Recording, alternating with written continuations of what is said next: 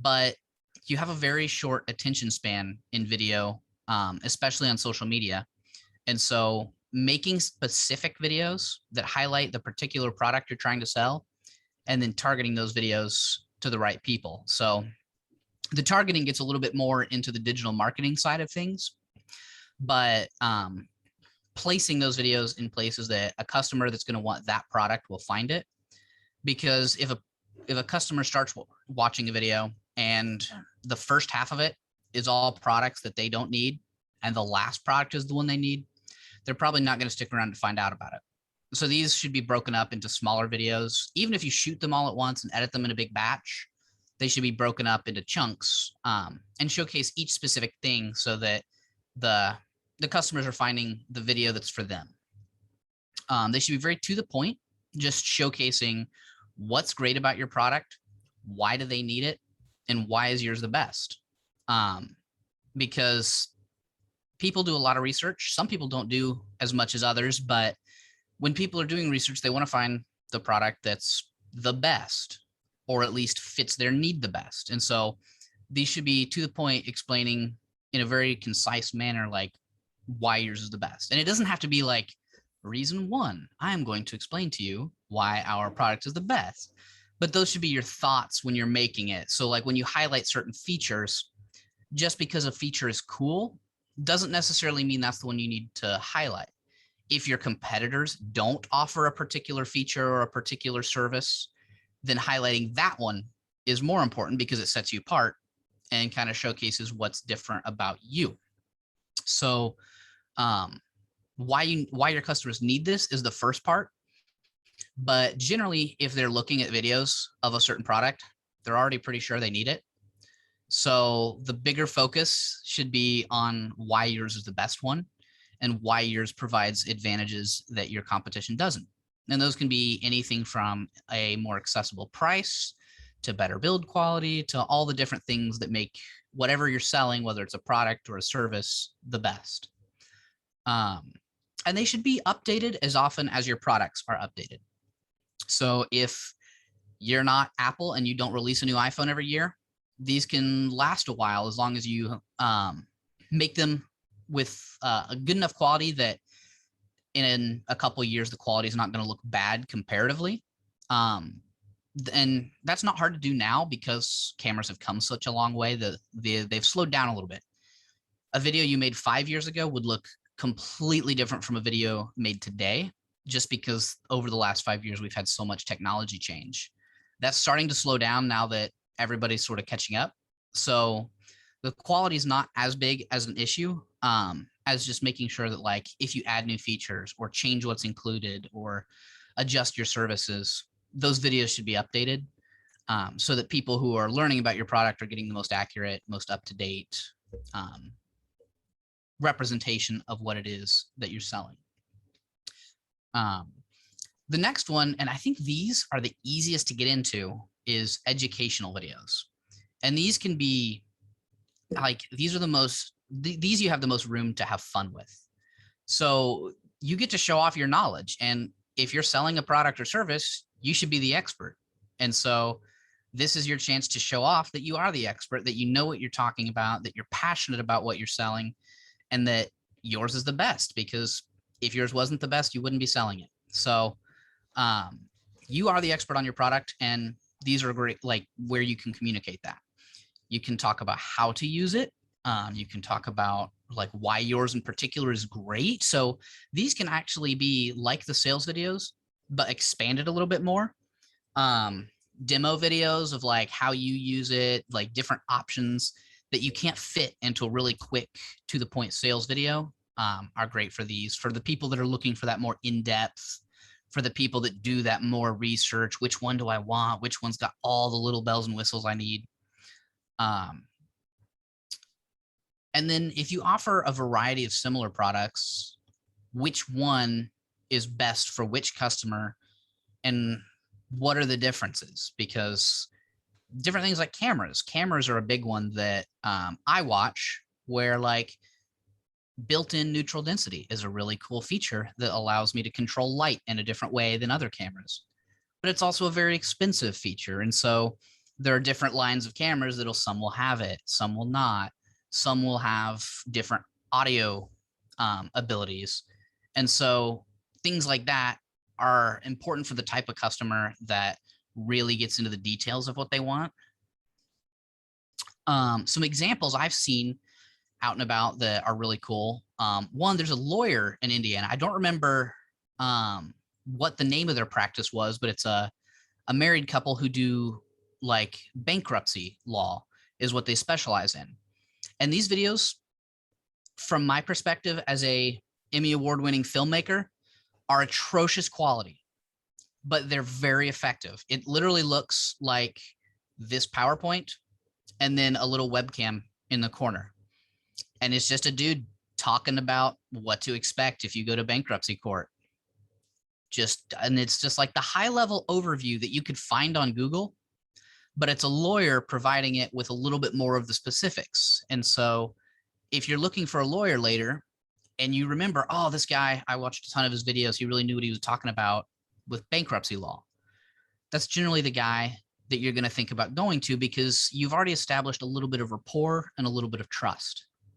And so making these videos, even if you're not directly interacting with your customers, you're starting that relationship. And Gary Vaynerchuk is a guy that I've followed a little bit and preaches this a lot, but give away secrets. Like just about everything other than like the true corporate secrets you can find on YouTube or Google with enough time. So if you're the one that's giving them out to your customers, like if it's just the basics of bankruptcy law, obviously someone's still going to need to get professional opinions and representation on their particular case. But you can give away the basics and talk about different trends and a different like particular area where the courts work a certain way. Another great one, I think, is realtors talking about the home buying and selling process. As someone who's hoping to buy a house soon, like that's something I research a lot is, you know, where do you start? Do you talk to the bank first? Do you talk to the realtor first? What type of loans are there? What type of loans can I get? And so just talking about like the basics of your industry, especially if you're in a specialized industry. Healthcare is another one where you can talk about the basics. Obviously, everybody's still got to go get whatever they're concerned about looked at by a professional, but that doesn't mean you can't give general overviews. So no matter what industry you're in, I think there's things you can talk about on that level of just basics of your industry. And then on your products, you can go way more in depth, showing them off. You can do like podcasts. I've seen live streams that are really good. I know there's some people that are in the like, I don't want to call them pyramid schemes, but like a lot of the different like things where people are selling a particular product to all their friends. They are wildly successful doing like Facebook Live and just talking about all the different things they sell. And so if they can use it, why can't a business use it to talk about their product and engage with people and take real-time questions? So live streaming is great for educational type content where you can get a bunch of your customers on and just plan for an hour to just sit there and talk. And if nobody's asking questions, you can end it early. But if people slowly join later because they see it's still going on, you can start those relationships and help people understand your product, your service, and your company a little bit better. Another great example is what I'm doing right now. I work for 2 production companies and I'm talking about video right now. And I'm going to tell you guys how to not use us and then how to use us if you want to, and when it is more or less profitable to go one way or the other. The other thing that these build, and I think especially if you do them regularly, is brand recognition. Just like the attorney, he does like a live stream every week. And so anybody that sees those videos is going to think of him as soon as they think, I need a lawyer. They're probably going to think of him even if they don't need a lawyer for what he specializes in, but they're going to think of him first because he's out there on social media creating video and making sure that his brand is in the public rather than just waiting for someone to need a lawyer and come to him.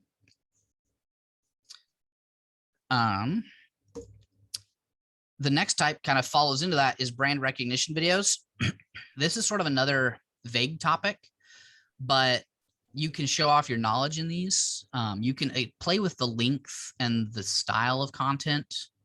But brand recognition is just like SEO for the subconscious. You want customers to think of you anytime they think of your product or your service or your industry. And so these can just be fun little update videos on what you're doing.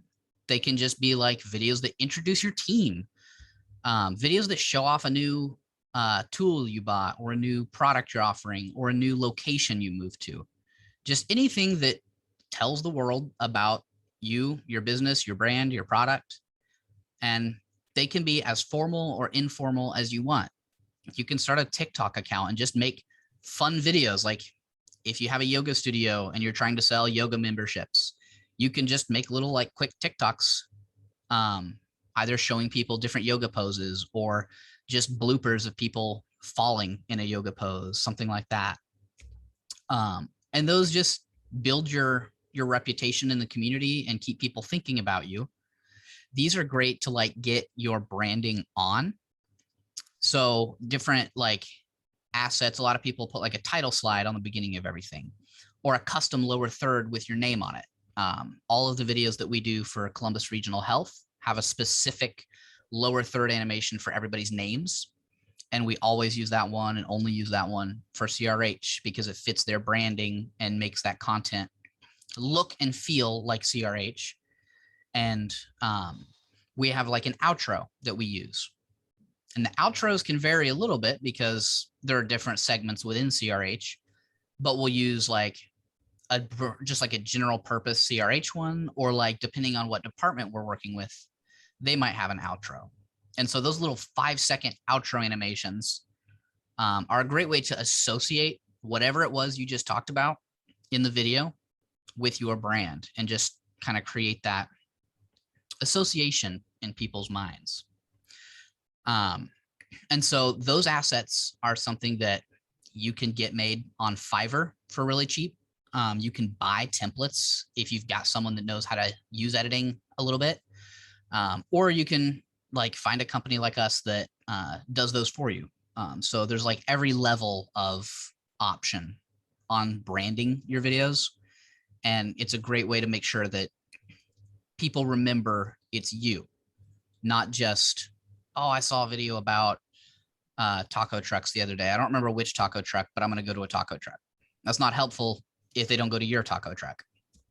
So making sure that those have some sort of branding on them is really important. They, again, kind of keep showing that you're the expert. They can show off your product, how to use it. Just like the previous example, you've got the lawyers and the realtors and production companies. And it just improves people's willingness to buy from you rather than someone else because they recognize you. And fun little psychology fact, if your brain hears something enough times, it will believe it to be true. Even if you implicitly know that it is not true, if you hear it enough, your brain will start to think it is true. And so if your customers are constantly presented with the idea that you are the expert at what you do and you offer the best product or best service, they will eventually believe that's true. And so repetition and just coverage is super important for brand recognition. Just getting videos out there, whether they're high quality, cinematically produced or not, even just little iPhone videos where you constantly update on your company and cool projects you're doing and things like that. You keep yourself in the mind of your customers and keep them thinking about you. It's like passing the same billboard every day. You keep thinking about that company and you may eventually use that business.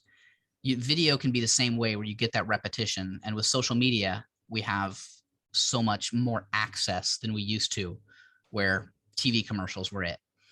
Because TV, they still use the same principle of repetition. We do a lot of ads for a family of car dealerships that's headquartered in Plainfield, but is all over. And we make 7 ads for them a month generally. And then they put those ads everywhere that they possibly can and run them as often as possible. and get them on the air as soon as possible so that people are seeing them over and over and over throughout the month that they're good for and go buy a car from them. Recruitment videos are another that people don't think about a lot, but they're actually really important. Especially right now when people are struggling to find employees, we've actually seen an uptick in the number of recruitment videos we're doing. But these are a great way to showcase the business environment. Like, what's it like to work there? What kind of place is it? You can introduce the team. Who will the person looking at this be working with? Smiling faces are way more inviting than a sans serif font on a web application, which I realize now is kind of funny because I used a serif font, not a sans serif font on this PowerPoint.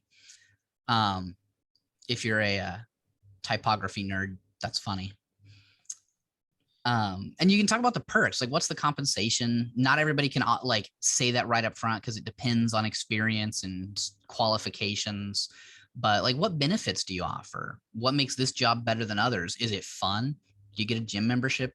Do you get a free smoothie on every shift? Like whatever it is that makes your job cool and that you like about it, those are super important.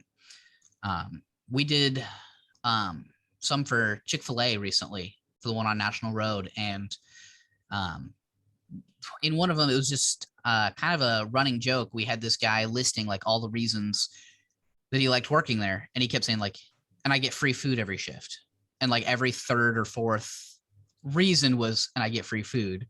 And then it like ended with him grabbing a Chick-fil-A sandwich and eating it right there.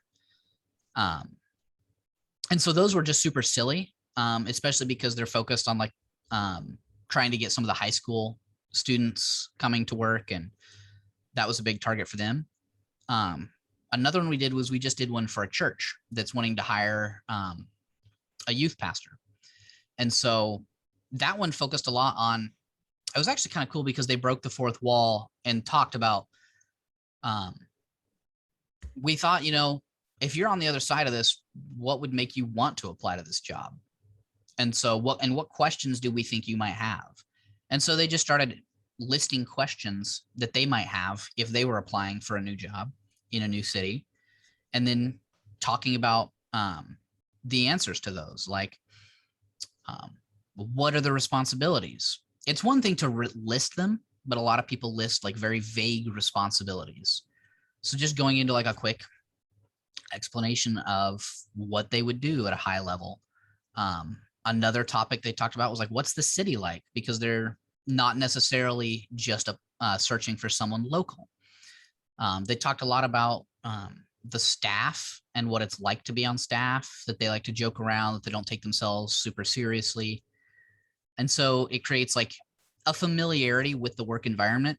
And it can cut down on time wasted in interviews by just answering a lot of the questions that people tend to have. So if you tend to hire people and get lots of questions about a particular thing during interviews that turns people away.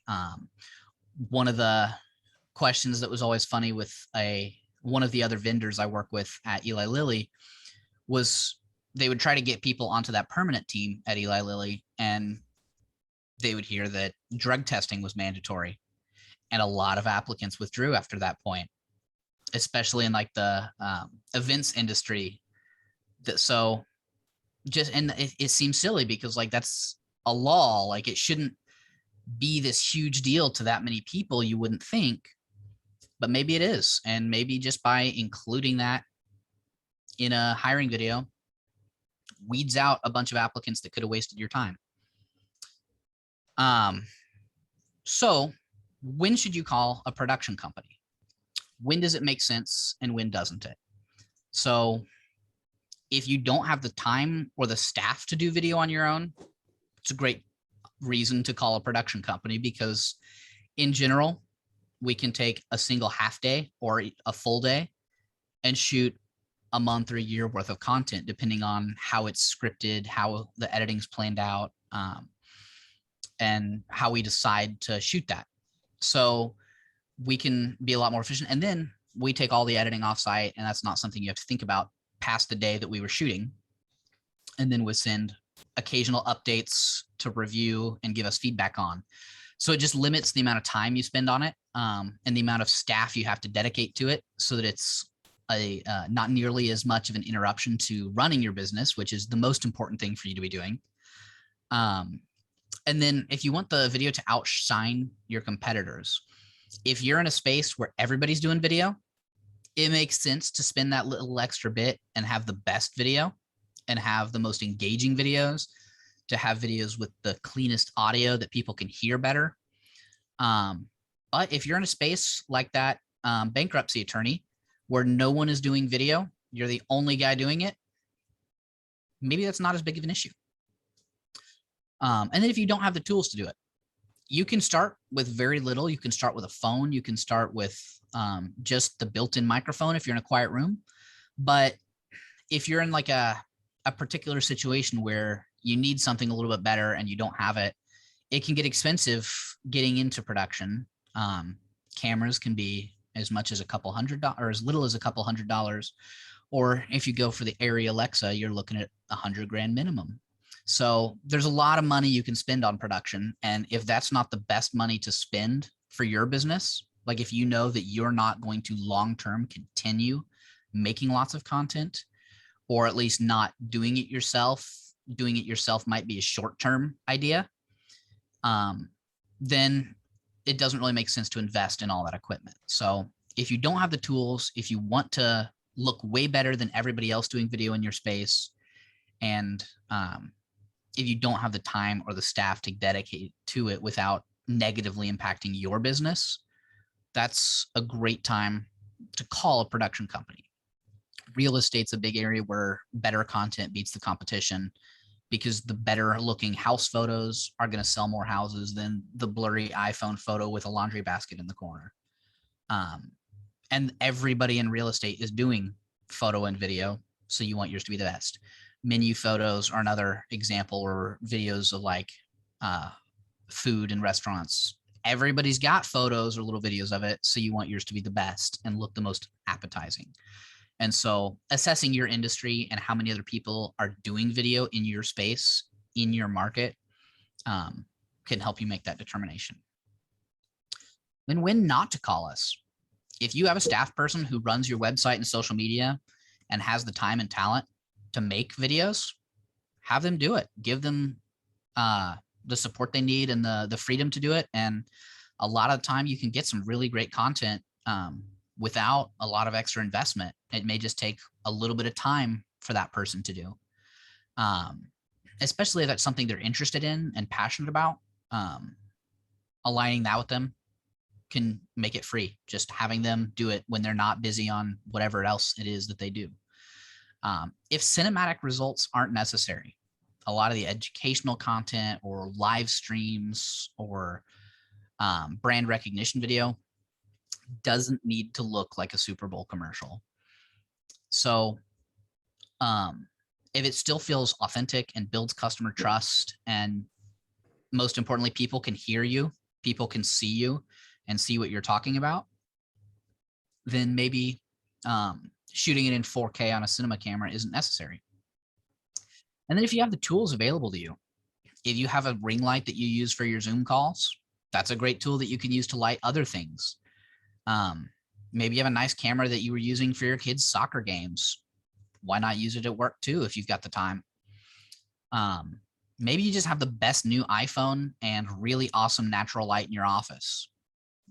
It's a great way to do video. There are plenty of filters out there and apps that help make video look a little bit better on the phones. So if you have that available to you, it works for what you're doing, and you're not in a space where the extra bump in quality is going to make a huge difference to you in terms of showcasing your content versus your competitors, then maybe you don't need a production company. And I think for a lot of small businesses, it can vary. Like for a lot, it makes sense to do it DIY just because you don't have the additional funds in certain stages of your business to do it.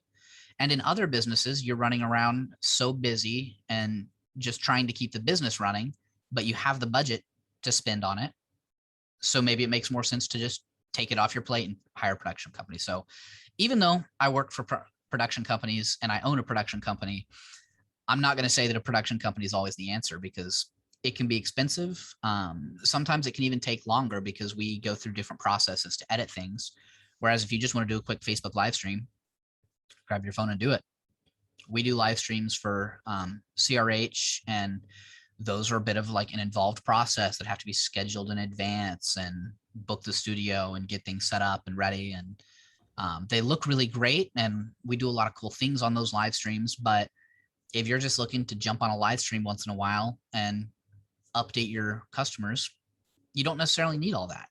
Maybe do, maybe don't. It's just sort of a situation where you have to assess your business, what your competition is doing, and what level of quality you need and what time commitment you can give to doing video. That said, what are the tools for creating your own content and how do you use them? So video tools, obviously you need a camera. That could be a webcam like I'm using right now. It can be your phone, it can be use a DSLR if you've got it, camcorder. Good cameras are everywhere. They're cheaper than ever. So use one you're comfortable with. I have access to a better cinema camera than my personal camera. But if I'm on a shoot by myself and I know that I'm going to be in like a variety of changing situations and have to adapt quickly, I'll actually use my camera that's not quite as high quality, doesn't have all of the bells and whistles and options as the other, because I'm just way better at using it. And I know where all the menus are. I know where all the buttons are, and I'm faster with it. And I get better results than if I'm stressed out trying to find the right setting on a camera and miss something.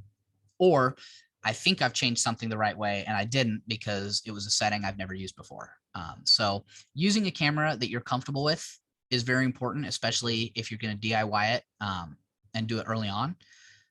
As you get more comfortable, you can move to other cameras and things like that. Lighting is one of the most important things. LED has sort of changed the game with affordable, bright, and flattering lights. Ring lights are great if you don't wear glasses. If you do, and you put it right around the camera where most people put it, then it's just going to reflect a ring in your glasses. The trick to getting around that is to mount it higher and to the side, because a reflection will bounce back at the opposite angle. And so the higher you get a light, the lower the reflection will shoot. And so it'll disappear off camera. But if your light is at the same height as the lens, then that reflection just bounces back at that angle. And so playing with geometry is fun there. I know not everybody liked geometry as much as I did, but it helps when you're trying to get rid of glare in people's glasses or on a window or a mirror behind you. LED panels are probably the easiest to use because they put the most LEDs in the smallest form factor. And they usually come with some sort of like frosted texture that softens the light. You may notice like some lighting will look really harsh and like cause like really hard lines on someone's face and glares. Getting something that's frosted or semi-transparent and shooting the light through that will soften it. And the bigger, the better. On a professional shoot, that means using like a giant softbox light that we get really close, because then it kind of wraps soft light around you. But on the DIY side, it can be shooting through a frosted shower curtain, putting that between you and your light. We actually have one in the studio that we've used as to modify a light really quickly, is just a like generic Walmart frosted shower curtain. A lot of lights will come with like a little, it's like a little square frosted piece of plastic that'll slide in or slide out, and that can soften the light, which takes away some of your light but makes it a little bit less harsh. But then if you're in a situation where you need more light, you can take those out. So LED panels and ring lights are like the two easiest, cheapest to get into. And then microphones are where it gets a little bit trickier, because there are so many different types and they're good for different things, and they don't always want to plug in to every camera. Like phones, there are specific mics that'll work with a phone. There's some that won't. What's most important is getting the microphone close to who's talking. So like this mic here, I have probably 8 or maybe 10 inches away from me. The thing with like phones is the microphone is a tiny little thing inside the phone, And if you're 10 feet away from the person you're talking to because you need a wide shot of like 3 people, it's not going to hear them very well. And if you're in a loud, busy area, it's going to be even harder because there's a principle in audio known as the signal to noise ratio. And it's basically how loud is the thing you want and how loud is all the stuff you don't want. And you can adjust that by getting a microphone closer to the source. So the person that's talking, if they're wearing a clip-on lav mic or lapel mic, then it's way closer to them. And so everything that they say is going to be way louder in that, which means you can turn down the volume and get rid of a lot of the noise, because sound decays at an exponential rate. If you like physics, it's known as the inverse square law. But basically, as you get farther away from a microphone, the sound will get quieter exponentially. So that can be good and bad. It can mean getting your mic closer fixes a lot of noise problems, but it also can mean that if you're just using the microphone in your camera, that if you have to get farther away to get a wide shot or to fit multiple people in, then you're going to have a harder time getting good sound, especially if you're somewhere noisy. The other thing is to think about like your environment. Obviously, noise is an issue, but also small offices and conference rooms can also have that kind of reverby sound where the sound bounces so much that it's hard to hear them. An easy way to fix that is like blankets.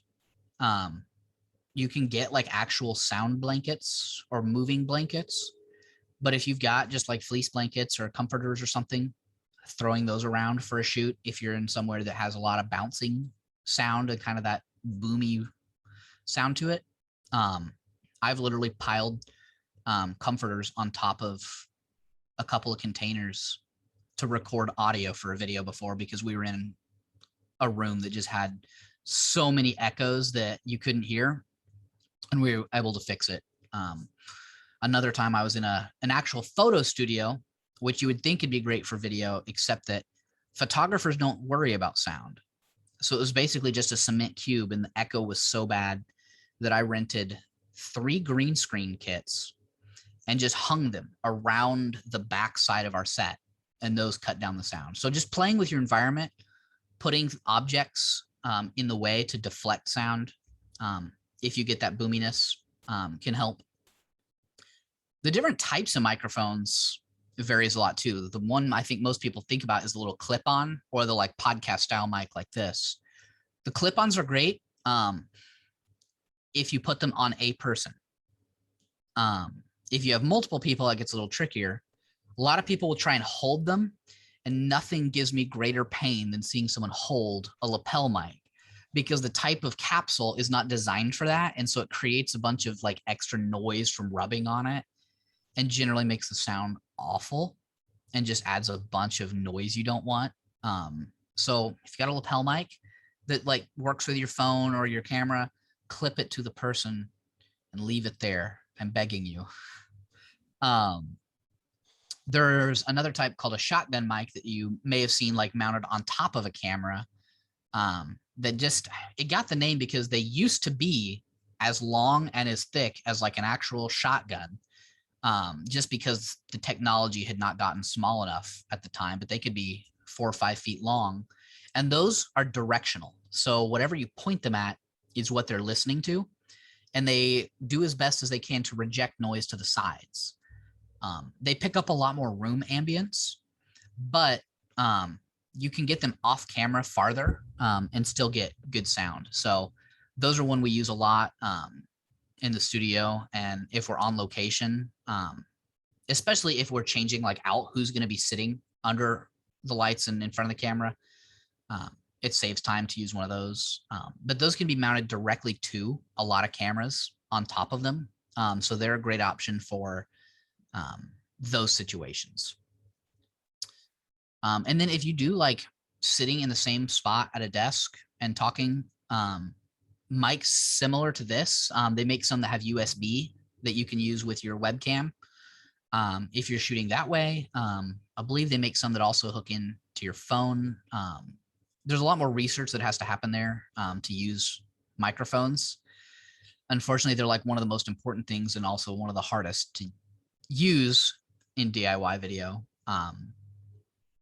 But the way I tend to like talk about it is if everything in your video is audible, clearly audible, and the noise isn't distracting, that's all you need. A lot of people can get so worried about buying a better mic that they think makes their voice sound a little bit better, but then they're using it wrong, or it doesn't always work with the camera. That can cause a lot of problems and just be more hassle than it's worth. So if everything sounds good in your videos, you can hear what, if people can hear what they need to hear and it's not full of distractions, then I'd say that's a win. And if not, then that's the time to start looking at microphones. Editing is the part that most people get most terrified about. A lot of businesses already have a subscription to Adobe Creative Cloud for all the different tools it has. And Premiere Pro is one of the most popular editing softwares out there. It's actually what I used for about the last 10 years until I recently switched to Davinci Resolve, which is free. They have a standard license that's just free. You download it, you can use it. There are some limits on the number of effects you can use and the quality of video. So like when we shoot with the cinema camera, we're able to shoot in a very high quality format that saves a lot of data. And we cannot use like that footage in the free version. It'll just say nope and turn it into a red box. But if you're not using cinema cameras and things like that and just need basic editing, Davinci Resolve is probably my favorite editing program out there now, and their free version is incredible. And it's very easy to use. And there's plenty of YouTube videos out there about it. And then if you have a Mac computer, iMovie is free. That is actually what we use at Eli Lilly in their TV studio.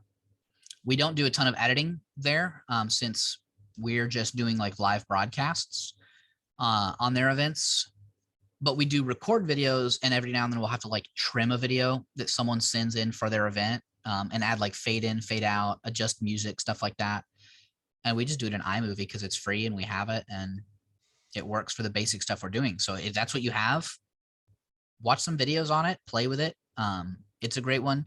I don't know if Windows offers a free editor anymore. I know they used to have Movie Maker, but I heard they killed it. So Davinci Resolve is free though, if you're on Windows, and it works with Windows and Mac and is incredible. Most laptops can handle basic editing. It gets a little more intense if you're using lots of assets and lots of animations in specific video codecs. But if you're just trying to do the basics of cut something together and fade in and fade out or add your logo to it, most laptops can handle that. It may not be a seamless process. You may be waiting for things to happen slowly, but you're probably not going to crash a computer. And then there are a lot of phone apps and tablet apps. If you're shooting on a phone and just want to trim it in your phone, if you have an Adobe subscription, they have an app called Premiere Rush that I've used. It's not the most intuitive app in the world, but it does a lot of cool things on video and just for simple edits that you want to get done right on your phone. You can use that. And there are all sorts of others. So now that you know, and YouTube is your best friend on making videos yourself. There's just infinite videos out there. A pro and a con is that everybody disagrees on what the best way is to make video. So you'll get a lot of different answers, but you can try different things and find what works for you. So once you've made your videos or had us make your videos, where do you post them? And will anyone watch them? That second one's the hardest part. I always tell people to post where your audience lives. A lot of people get worried about like, well, I'm doing like TikTok. Should I create a TikTok account? I'm like, does your market demographic use TikTok first off? Because if you are selling something that only people in their 40s and 50s use, or something that people in their 30s use, there's a good chance most of them are not using TikTok super regularly. And so you can make TikToks and people will probably see them someday, but it may not be people that have any interest in your product or that have the ability to buy your product because it's so much younger of a demographic there. Now, if your demographic is on TikTok, great, do videos there. But if you and where do you already have pages and where do you engage with your clients? That's where you want to be because you've already built the relationships there and built the audience. There's a book called Jab, Jab, Jab, Right Hook by Gary Vaynerchuk that goes in depth on what types of content perform the best on which social media platforms, in which avenues, and it's got a lot of great case studies. So if you're really interested in like being on all social media platforms and making sure that your content is the best, I highly recommend reading it. But in most cases, most small businesses tend to exist in one or two places. Facebook and Instagram are the most common. I think Facebook is probably the biggest. And luckily, Facebook, you can get away with a variety of formats and links, including live video as an option. And they have great promotion tools and metrics. So you can look and see if your videos are doing well or if they're not. And they have tools that if you notice that your videos don't get a lot of views, you can try boosting a post. Sometimes you don't actually have to boost it to as many people as you want to see it. Sometimes just giving it a little bit of a nudge can build momentum, and then more and more people will start sharing it and seeing it on their page. And it's definitely worth experimenting with because Facebook has such affordable promotion prices compared to the rest of the industry. Instagram is best for short form and live. It really doesn't like in between, where it's kind of that medium length. It's either the short content on the actual feed you scroll that people will see, or going live, and those can be a lot longer. Generally, an hour is a good length for a live video, or even half an hour, because it gives people time to get on and engage with you. And it's okay for people to get on, engage for a while, and leave, and other people to have gotten on and kind of just let that cycle through. Facebook and Instagram are both great for doing live. I didn't put it on here, but Twitter is terrible for video. It's getting better, but it's very short form friendly only, and they don't really do any live anymore, other than like news organizations do a lot of broadcasting live on Twitter.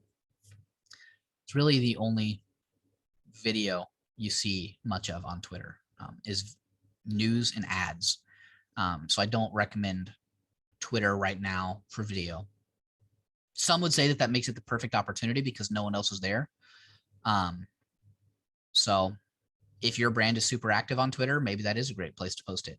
It's actually where I found those videos from the law office posting them, which was why it caught me by surprise, is because why am I seeing law videos and why am I seeing them on Twitter of all places? So it can work, but I don't think most small businesses spend a ton of time on there. And then your website is a great place for videos as well. But it should be the best videos, the highest quality, the ones that you spent time on, and videos that really help people understand why your product is the best. You don't need to like save every live stream and put it on your website for people to go back to. That's generally not super useful on your website. Just like every quick little company update doesn't go on your website. Those are great for social media where people are really trying to engage, but on a website where people are just trying to find information about your product, your service, your business, you want it to just be kind of that top tier content, the more polished stuff. Video business cards and brand films are big as like a front page piece on websites. And we do a lot of those. And if you're not familiar with those, it's basically, I describe it as like a very short 3 to 5 minute max, sometimes even shorter, mini documentary on your business, and why your business is so cool, what you do, why you do it, and why you're the best at it. And those are great like front page pieces. Or a lot of websites now will use a looping video as a background, and those can just be highlight shots of you doing whatever you do. So like if you run a restaurant, then that can be shots of people eating. It can be shots of people ordering. It can be like really cool close-ups of cooking in the kitchen. Um, if you make a product, it can be shots of that product being made. It can be shots of your storefront. It can be shots of just whatever process you use. And those can be really cool. If you just want something simple, but visually interesting, those are where we do. And those can often be made with stock footage. Some of the videos we've made will incorporate stock footage if it doesn't make sense to shoot content. The TV ads are a big one that will use stock footage because car dealerships are in sort of a weird industry bubble where the incentives and offers that they get those on the first of the month. Generally, the second day of the month, their ad agencies are writing the scripts and figuring out what the deals are going to be and what promotions they're going to make based off of the incentives that the manufacturers have put out. And generally, the third day of the month, we're shooting the commercials and editing the commercials. And on the fourth day of the month, we're uploading them to Comcast so that on the fifth day of the month, they can be on TV. So that's a very short time frame. And we generally have almost no time to shoot because then we've got to get back and edit. So we use a lot of stock footage on those.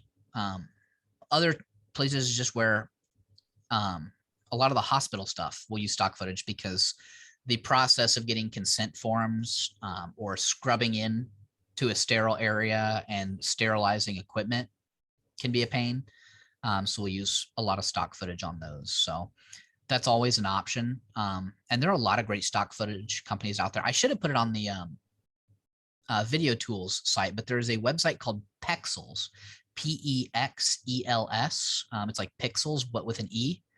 And they have free stock photos and free stock videos. And you have the option to tip whatever creator whose content you're downloading is. And I highly encourage that because so many creators are desperate for any sort of income. So even if you've got a few dollars, you can tip to those creators. I think that's a great thing to do. But if you don't, they are licensing it for free use. So don't feel like, oh, I can't download anything because I can't afford to tip. You can. If you're in that situation, go ahead, use it. That's what it's there for. And other businesses are doing it and using it. So there's nothing wrong with that. But if you do have the ability to, I think it's a great thing to support those creators, because a lot of those are people who are chasing this as a dream and can't afford to do it professionally yet. So with that, how do you reach us? If you want to do video or get advice or something like that, you can reach me at j@joshrobinsonproductions.com or connect with me on LinkedIn. It's about the only social media I use other than Twitter. And then to book a shoot or get a consultation, email josh@joshrobinsonproductions.com. He's sort of the project manager and does all of that. Fantastic. Thanks, Jay. I know from my end, we'll open it up for some questions if anybody has one, but I know there it is. There's the next slide. But from my end, I know we've thought about all kinds of neat ways to use videos, and then I actually try to shoot a video and look at it and go, no, I can't put that out to anybody. It looks terrible. So I got some tips here and some ideas to try. Does anybody have any questions for Jay? Jay, this is Brian. I want to say fantastic presentation. I'm a huge fan of Gary Vee myself. So, Awesome. all your references of jab, jab, jab, right hook and all of those. In fact, I actually gave a speech one time for a chamber event, and it was called my "You're Gonna Die" speech. And Awesome. I'm sure Gary Vaynerchuk is saying that. So, I think he's fantastic. That was great stuff. My kids have their own YouTube and Facebook show. So they're always doing stuff, and to be honest, they're much better at it than I am when they go to editing on on the iPad and all of that. So they're crazy cool. So I'll definitely took some tips, and I will make sure that they implement those for their show. But thanks a lot. No problem. And you mentioned kids. Kids are a great asset that I didn't even think to mention because I don't have any, but I know a lot of people will recruit their kids to help set up the camera or hold the camera or edit it and put filters on it because they know what's popular on social media and follow those trends. So they are definitely an asset to recruit. my kids follow all kinds of different bloggers online and things. So they're always trying to do something fun like that. They just shot one the other day about Bean Boozled, and they were showing how it worked, and it was really funny. Awesome.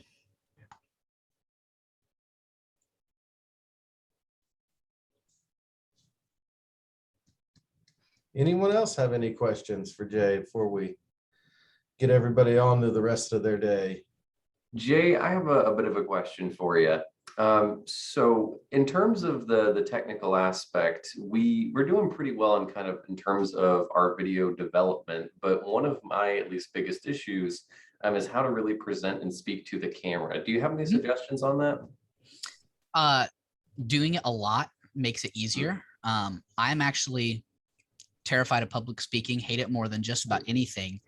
But when I was in high school at East, one of the requirements of the TV program was that you had to spend a rotation on camera doing the morning news broadcast that we would do to the entire school. And it actually went out on cable on Channel 3 on Comcast. So that was something like we were forced to do. And I hated every minute of it, but I made it through my 2 weeks and got better. And the more I do it, the better you get. Even if you just, I recommend doing live streams because no one cares on a live stream. There is no expectation of quality or of a good script and polished speaking. So if you do little live streams, just talking with people about whatever it is you do, or even if you play video games as a hobby and you make a Twitch account and just kind of stream and get used to talking to the camera. Once you're used to it, and it becomes less intimidating and it gets a lot easier. And just embrace your personality. You don't have to be an actor. You don't have to get up there and act like you're a news anchor. Just be authentic, be you, and be relaxed, and that will translate the best. Gotcha. Thank you. Awesome. Well, we're pushing right here at 10 o'clock. So I did want to thank you, Jay. Great information. If anybody has questions, feel free to reach out to them. Also, I wanted to thank Think Local for putting this together. The Think Local Columbus team is amazing, and they're actually going to be at the Pride Festival this Saturday. So if anybody would like to come down and see them or help out, they're going to be doing, they have a tie-dye t-shirt building station over at Pride. So we look forward to seeing everybody out there. I know I'm going to go check that out for a while. I'll be there for the early portion, but come out and see us. And everybody enjoy the rest of your week here, which is almost over. We've almost done it, made it to another weekend. So have a great day. It was great seeing everybody. Thank you, Jay. Thank you. Thank you guys for having me. Thanks, Jay.